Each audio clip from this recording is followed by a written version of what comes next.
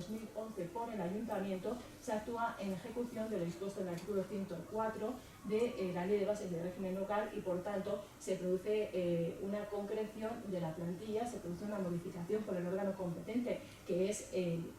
Pleno del Ayuntamiento y no la Junta de Gobierno Local. Esto supone, por tanto, que si en la plantilla se prevía exclusivamente esos dos puestos reservados a personal eventual, luego, en aplicación del artículo 104, el Pleno del Ayuntamiento determina, finalmente, porque se aprueba la enmienda socialista, que no va a existir esa plaza ni de director de área de industria y urbanismo que se preveía en la plantilla de relación de puestos de trabajo, y tampoco iba a existir esa plaza de asesor jurídico en los términos que se venía llevando a cabo. Se habla de que si se suprime o no se suprime el puesto de trabajo, si lo que se hace es cambiar la forma de acceso,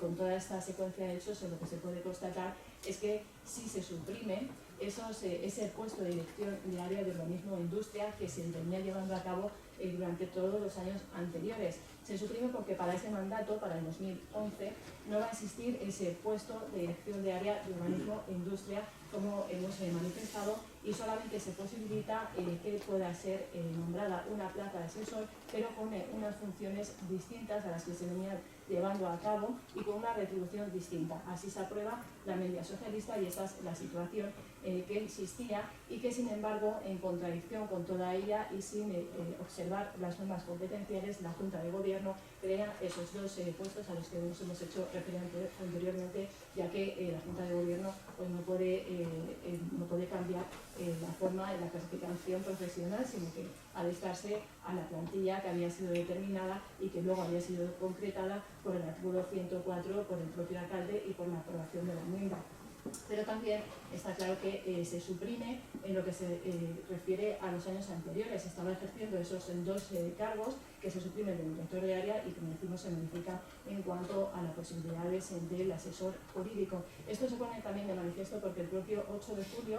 del 2011 se produce el cese de estas dos personas, de la persona que estaba llevando a cabo el cargo de director de área de industria y urbanismo, de la señora Ana González, y también consta además de ese decreto de cese en las actuaciones del 8 de julio del 2011 de esta señora, también consta el cese por el decreto del alcalde el 8 de julio de la señora Carmen Criado como asesora jurídica, y expresamente, si se ve el decreto, en el mismo se hace referencia a que, como consecuencia del artículo 22, nombrado como consecuencia del artículo 104, y también incluso se hace referencia a que, habiéndose celebrado ese pleno del 7 de julio y que resulta aprobada la enmienda del PSOE, pues se cesa a estas dos personas en esos puestos. Eso es muy importante en relación a los años anteriores y no se establece, no se concreta esos puestos, es decir, no van a existir para el mandato del 2011 conforme al pleno del 7 de julio del 2011. Esto en cuanto a la contradicción con el derecho que supone esa resolución, pero no solamente por esta constatación que se hace fácilmente de forma documentada, sino también la sentencia del Tribunal de lo Contencioso Administrativo número 12 de Madrid, que es el tribunal que tiene por objeto directo determinar si ha existido una contradicción con el derecho, es decir, si esa resolución concreta del 13 de julio es contraria al ordenamiento jurídico, concluye que sí. Hace referencia a que, justamente habiéndose suprimido esa dirección de área de urbanismo y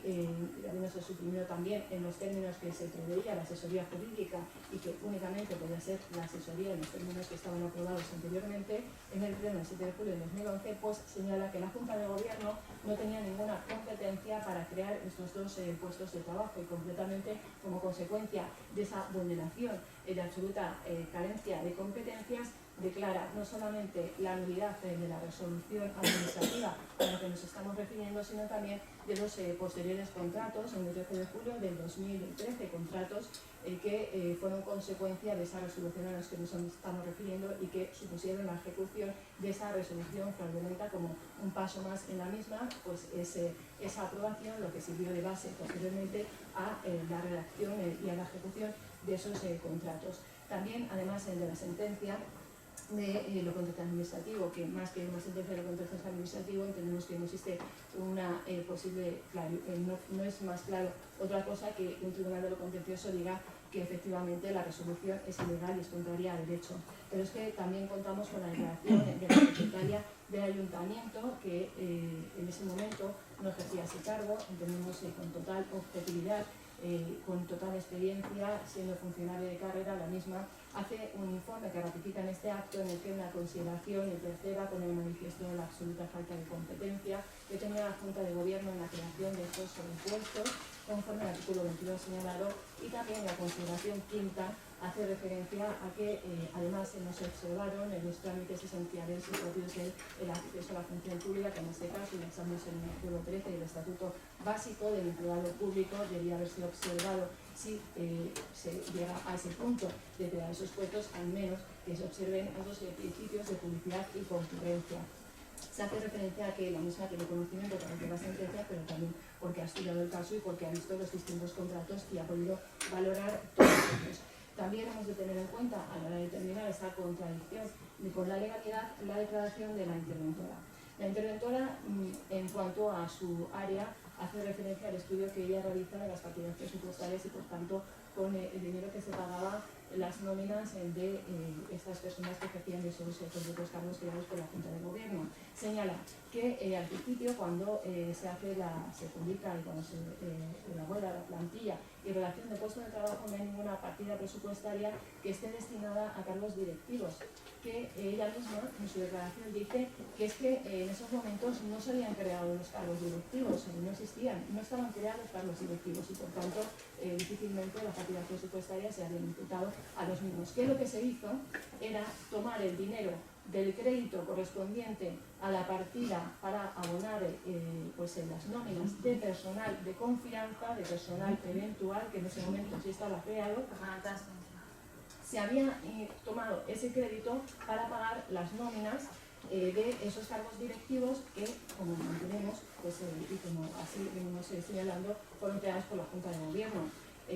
No decimos que la ilegalidad consista en ello, sino que yo pone de manifiesto que en esos momentos no había creado los cargos y que esos cargos directivos fueron creados exclusivamente por la Junta de Gobierno como consecuencia de esta resolución a la que nos venimos refiriendo.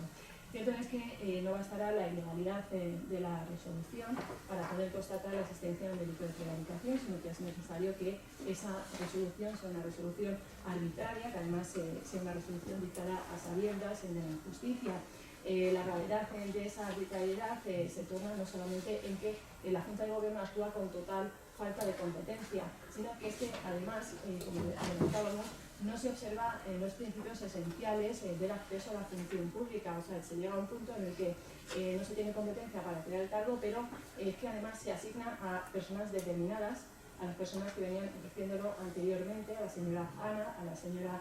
Carmen Criado, y se produce una asignación sin observar principios básicos, como decimos, de la administración y que determinan la transparencia propia y que O sea, les he dicho que se callen a las dos acusadas que están hablando.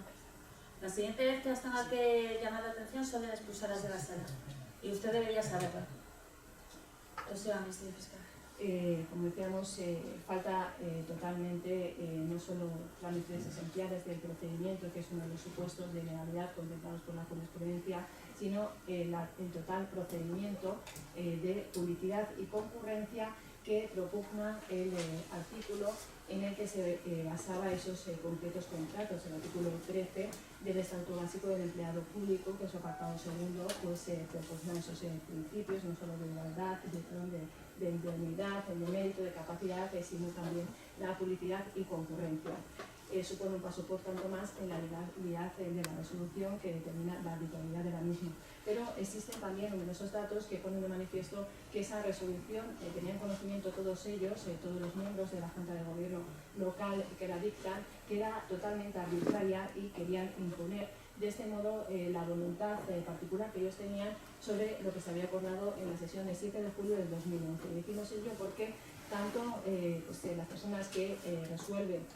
lo decidido el 13 de julio, es decir, aprobar esos contratos, todas ellas estaban presentes en la sesión del 7 de julio del 2011. En la sesión del Pleno del Ayuntamiento del 7 de julio del 2011, sobre que se determina si se van a mantener o no esos cargos, cómo se van a mantener, todos ellos están presentes y además tenemos documentado mediante DVD, pero también mediante una transcripción literal de esa sesión, lo que sucede allí. Lo que sucede allí es que existen dos posiciones. En la posición de la primera propuesta del alcalde, en la que lo que se pretende mantener son esos dos puestos con las mismas funciones y con la retribución que le propone. Y por otro lado tenemos la posición, y que también es compartida por los miembros de su grupo, de Izquierda Unida, como veremos, y tenemos la otra posición, que es la posición del Partido Socialista, que lo que pretende es reducir las funciones de la asesoría y suprimir, o que no se mantenga, que no siga existiendo a la hora de determinar la plantilla, suprimir ese cargo de dirección de área. Todos ellos presencian cómo se produce un debate en el que cada uno realiza sus argumentos. Incluso se hace referencia, por un lado, al Partido Socialista, a la austeridad que ello supondría, ya que supondría un menor coste para el ayuntamiento, y también a la transparencia del hecho de que esos cargos no sean ejercidos por personal eventual, sino que sean ejercidos por otro tipo de personal, pero obviamente para ello sería necesario que se crease por el acuerdo del pleno del ayuntamiento, no por la Junta de Gobierno local. Por otro lado, la posición que se mantiene por el alcalde es la de que eliminarnos, él mismo dice que eliminarnos con una acción política pone en dificultades determinados desarrollos que se están produciendo para esta ciudad.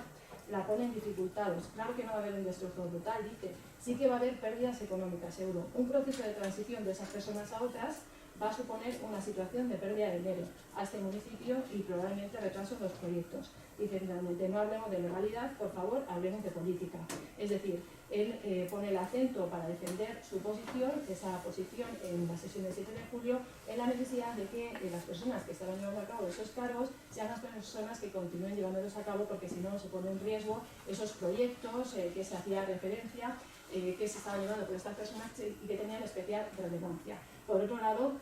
existen por tanto dos posiciones distintas y dos argumentos distintos. Por otro lado, también el propio alcalde reconoce que el PSOE, con su enmienda, lo que pretendía era la supresión de la dirección de área. Él mismo hace referencia en la transcripción literal que tenemos, dice: la enmienda presentada por el grupo político PSOE conlleva un ahorro de 215.000 euros anuales, conlleva la supresión de la Dirección de Área de Urbanismo, Bienestar Social, y la asesoría jurídica se modifica en el sentido de que no englobaría la defensa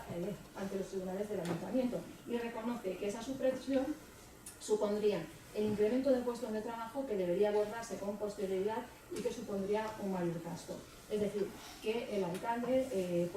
antes de las votaciones, está manifestando la necesidad de que se mantenga ese personal eventual para, con la finalidad de que no se pierdan esos proyectos, que continúen en los mismos, y esto nos da cuenta, nos da razón de lo que se pretendía por el alcalde y de la posición de cada uno de ellos. Después de producirse este debate, viendo los argumentos de una parte y de otra, todos los miembros de Izquierda Unida votan a favor de la propuesta del alcalde, es decir, que se mantenga esa persona eventual, y por esos motivos. Por ello decimos que todas estas personas, cuando votan esa resolución que supone la creación de esos cargos, saben perfectamente que lo que se pretende es imponer la voluntad que tenía Izquierda Unida en ese momento mediante esa resolución del 13 de julio del 2011, y así se consigue. En la resolución del 13 de julio se consigue con esta que los efectos son los mismos que si se hubiese aprobado la propuesta del alcalde de la sesión del 7 de julio de 2011 y no la propuesta del PSOE. Los efectos son los mismos. Esto es lo que se consigue por su propia voluntad y mediante la resolución que adopta la Junta de Gobierno por unanimidad. Ello se puede constatar en el siguiente sentido. Se consigue que las mismas personas que estaban desempeñando esos cargos de dirección de área de industria y urbanismo y el cargo de asesoría jurídica lo sigan desempeñando. Pues como vemos en la resolución, se aprueban esos contratos a favor de Carmen Criado y Ana González, que como vemos en el procedimiento son las personas que estaban llevando a cabo estos